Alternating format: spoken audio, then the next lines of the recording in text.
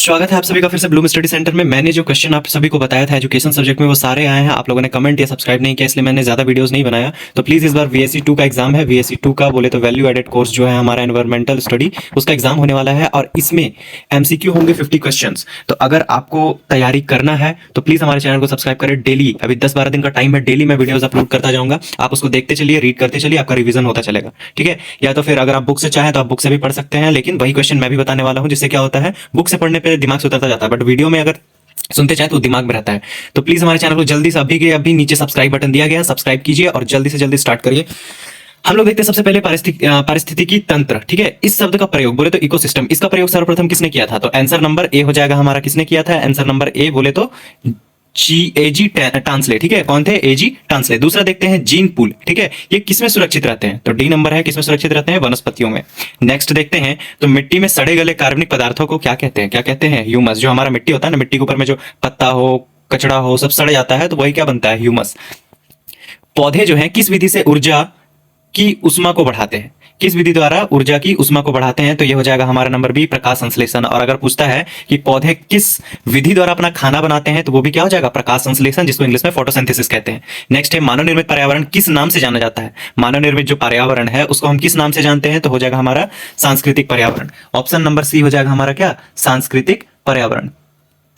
Next देखते हैं, हमारा क्वेश्चन है आवास अथवा आस पड़ोस के लिए किस शब्द का प्रयोग उचित है? आवास या फिर आस पड़ोस को बताने के लिए कौन सा शब्द उचित होता है? तो कौन सा है? पर्यावरण। डी नंबर हो जाएगा पर्यावरण। मतलब हम लोग जो है, जो हमारे आसपास जितनी भी वस्तुएं होती है रखी हुई या फिर जो भी दिखाई दे रहा है उन सबको हम क्या कहते हैं? पर्यावरण कहते हैं। पर्यावरण का डेफिनेशन भी। नेक्स्ट क्वेश्चन है वनस्पति किस गैस का अवमुक्त करती है? बोले तो किस गैस को अवमुक्त करती है? ठीक है, किसको अवमुक्त करती है? तो वो है हमारा ऑक्सीजन। किसको अवमुक्त करती है? ऑक्सीजन। पेड़ पौधे क्या लेते हैं? Carbon dioxide. और अवमुक्त मतलब मुक्त करना, मतलब छोड़ देना। छोड़ते किसको है? ऑक्सीजन को।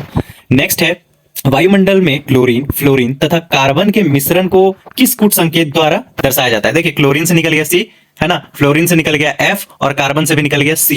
तो इसको किससे दर्शाते हैं हम लोग? CFC, chlorofluoro carbon. Chlorine, fluorine और कार्बन मिला के क्या बनता है? Chlorofluoro carbon. CFC से दर्शाते हैं। नेक्स्ट है निम्नलिखित में पर्यावरण की कौन सी विशेषता नहीं है? पर्यावरण स्वयं नियमनकारी प्रणाली के रूप में कार्य करता है। पर्यावरण की गुणवत्ता में कमी विकास का प्रत्यक्ष परिणाम नहीं हो सकता है। यह जैविक तथा जैविक घटकों वाला है। यह सदैव ऊर्जा का प्राकृतिक आपूर्ति करता है। नहीं, इसमें पर्यावरण का सही डेफिनेशन तुम्हारा हो जा रहा है, पर्यावरण की गुणवत्ता में कमी विकास का प्रत्यक्ष परिणाम नहीं हो सकता है। ठीक है, नेक्स्ट क्वेश्चन में हम लोग आते हैं। नेक्स्ट क्वेश्चन है मृदा अपरदन पृथ्वी की प्रमुखता का भूवैज्ञानिक भौतिक पर्यावरण के किस प्रकार के अंग है? बोले तो मृदा अपरदन जो है, मिट्टी का कटना जो है, वो पृथ्वी की प्रमुखता तथा भूवैज्ञानिक भौतिक पर्यावरण के किस प्रकार का अंग है? तो आंसर नंबर हो जाएगा हमारा बी, वो है अजैविकीय। ठीक है, वो हो जाएगा अजैविकीय। नेक्स्ट क्वेश्चन पे आते हैं तो पर्यावरण के अजैविक तत्व क्या है? अजैविक तत्व कौन किससे हो जाएंगे? तो हो जाएगा हमारा सी, वायु, जल तथा स्थल। अजैव, देखो जैव मतलब क्या हो जाएगा? जैव मतलब जिसमें जान है, समझ जाओ। और अजैव मतलब जिसमें कोई जान नहीं है या फिर वो निर्जीव है। तो अजैव में हमारा कौन सा आ जा रहा है? वनस्पति तो जीव में आ रहा है, जंतु भी जीव में आ रहा है ना, जो जीवित है। उसके बाद फिर प्राकृतिक वनस्पति में तो बहुत कुछ आ जा रहा है, लेकिन यहाँ वायु, जल और स्थल अलग से लिखा है कि निर्जीव है। तो ये हो जाएगा हमारा आंसर। नेक्स्ट देखते हैं प्राकृतिक पर्यावरण तथा उसमें होने वाली जैविक क्रियाओं का अध्ययन किया जाता है। किसमें किया जाता है? प्राकृतिक पर्यावरण और उसमें होने वाले ये जैविक क्रियाओं का अध्ययन, तो वो हम लोग करते हैं पारिस्थितिकी में। मतलब बोले तो पर्यावरण में या फिर एनवायरमेंटल में, है ना, या फिर हम कह सकते हैं इकोसिस्टम में। चलिए आगे देखते हैं। इकोलॉजी जो शब्द है इसकी उत्पत्ति ओइकोस और लोगोस से हुई है। इसमें ओइकोस का अर्थ क्या है? तो इसमें ओइकोस का अर्थ क्या होता है? ओइकोस का अर्थ होता है घर। ठीक है, ओइकोस का अर्थ क्या हो जाएगा? घर। नेक्स्ट है इकोलॉजी शब्द का प्रयोग सर्वप्रथम किस विद्वान ने किया था? इकोलॉजी शब्द का प्रयोग सर्वप्रथम किसने किया था? तो इकोलॉजी का जो पहले हम लोग पढ़े थे इकोसिस्टम, वो अलग था। ठीक है, वो परितंत्र था या फिर पारिस्थितिकी तंत्र था। ये क्या है? इकोलॉजी का यूज कौन किया था सबसे पहले? तो वो किए थे हैकल। किसने किया था? हैकल ने। नेक्स्ट है पारिस्थितिकी तंत्र को किस प्रकार से परिभाषित किया जाता है? तो उत्तर नंबर डी है हमारा, परस्पर अन्योनाश्रित समुदाय। मतलब इसमें क्या होता है? परस्पर मतलब एक दूसरे के ऊपर आश्रित होने वाला समुदाय। ठीक है, पारिस्थितिकी तंत्र क्या होता है? एक दूसरे पे आश्रित होता है। जैसे हम लोग पेड़ पौधे पे हैं, पेड़ पौधे भी सूर्य के प्रकाश पे हैं, है कि नहीं है? जल पे हैं।